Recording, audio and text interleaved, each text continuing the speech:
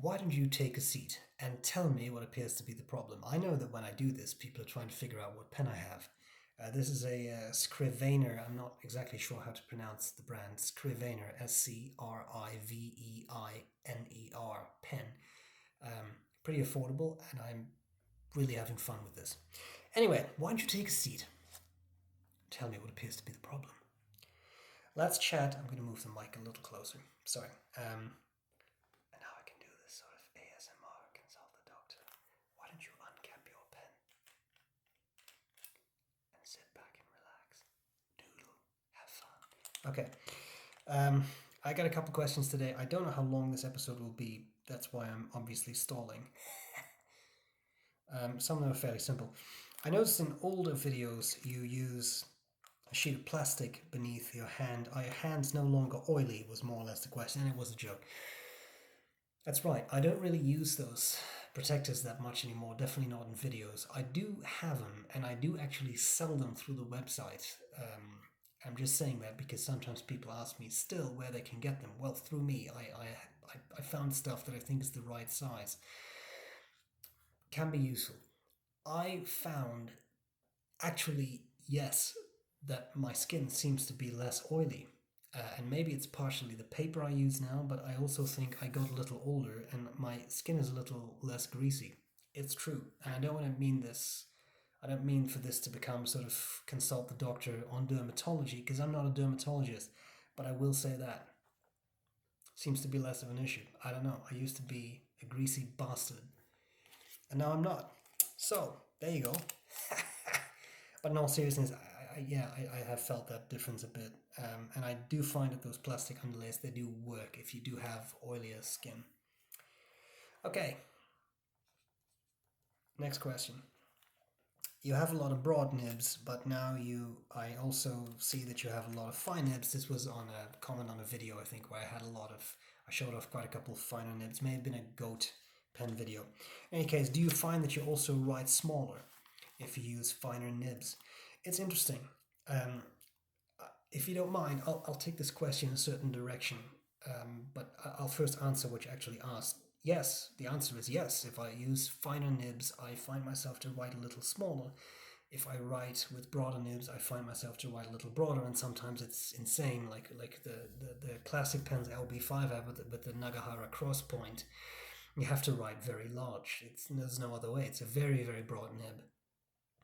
So yeah, now what I found interesting is that I got into broad nibs because of my friend Sven. Very early on, I started to do reviews, and we met up at the Tilburg Pen Show, which was my first pen show. I tried a whole bunch of his pens, and he had almost exclusively broad nibs or oblique nibs. And his viewpoint was, broad nib, more tipping material, smoother writing experience. At least I believe that's a fair way to represent his argument. And at that point, I only had, I think, medium nibs and fine nibs, and I started to purchase broad nibs, and I still stand by that viewpoint. I still think that broad nibs, if they're ground properly, give you the smoothest writing experience. But having said that, they also have to match your handwriting. You do have to write bigger, especially with the very broad. In my time, I've had some double broads and triple broad nibs. You have to write larger. What's interesting is that at some point I read that the worse your handwriting is, and this is not a dig at anyone, but the worse your handwriting is, the broader the nib you should use, because it covers up more sins, so to speak, as you write. Your handwriting has to be neater for you to get away with a fine nib or an extra fine nib. Well, I don't like extra fine nibs. They're too fine for me. But it's right, I have gravitated more towards fine nibs, some medium nibs, and not the ultra broad nibs anymore. I know that my handwriting is not perfect. I do know that I like my handwriting a lot more than the handwriting I had, say, a decade ago or 15 years ago. I've made progress, and it's not perfect, and it's not calligraphy, and it's not Spencerian. It's none of these things. I like my handwriting as it is. And I found that finer nibs are nice. They do allow you, if they're properly tuned nibs, they don't have to be scratchy. Extra fine is a little different because there's so little tipping material, they often feel a bit scratchier, I found. But yes, finer nibs, I write smaller. I do find I write neater. I do find my handwriting looks better. And that's pretty much it. So, this was a remarkably profound question. And I would love to hear what you think about fine nibs and whether you also find that you have to write more neatly when you use finer nibs. It's kind of an interesting topic, I think. Okay, the next question is a very factual question. I think I can have a short answer to that. Uh, are Parker pens truly made in France? Why did they stop making them elsewhere, like in the UK? As I understand it, since 2009, Parker started to make their pens in France. That is correct. And I'm actually not 100% sure how to pronounce the name of the city. I don't know if it's Nantes or Nantes. Nantes. Please correct me. But yeah, that's where they're made.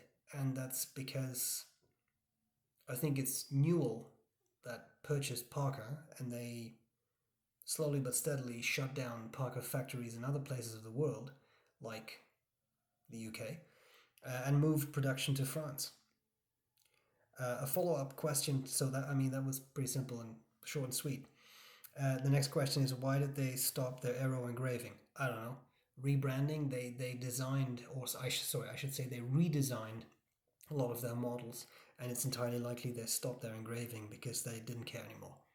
I don't know. They probably did care, right? I'm just joking, but I think it's, yeah, they chose to reinvent themselves, and with all the, like, the new duo folds and the new IMs and all that stuff, and they let go. I always thought that arrow marketing was very good and very characteristic and recognizable, but yeah, if there are no more arrow engravings on the nibs, I mean, it's a while that I've seen a Parker. I don't own really any new Parkers, but yeah, things change, and now they're in France, and there's no arrow.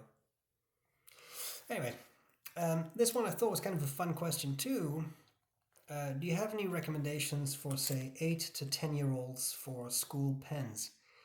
Yeah, I would purchase a Lambrou Pens LB. No, there are options, and there are countries where kids still have to use a fountain pen in school. Germany is one of them, and as a result, a lot of German pen manufacturers have school pens. Think, for example, of the Lamy ABC. I suppose ABC or something. It's a wooden pen. It even has a little name slot, so you can put your kid's name on it, and put it in the pen. But there are many other brands. Lamy ABC is one. That's really a children's pen. You could try a Safari at some point to sort of graduate them from the ABC. One pen company I would like to point out that I know is not necessarily easy to get outside of Europe, but you know, there's the World Wide Web these days, is the pen company called Online. I specifically put the word order that way, so it's not online, an online pen company. The pen company is called Online. It's a German company, and they make many fun pens in plastic, pretty colorful. They write pretty well, and they're typically pretty affordable. And you get them with all sorts of nibs and calligraphy nibs and all that stuff. But I have found that that is a brand that resonates well with kids because they're often very colorful, and like I said, they're plastic and inexpensive. So if they happen to drop on and stand on top of it, it's not a great loss financially. You can just buy another one.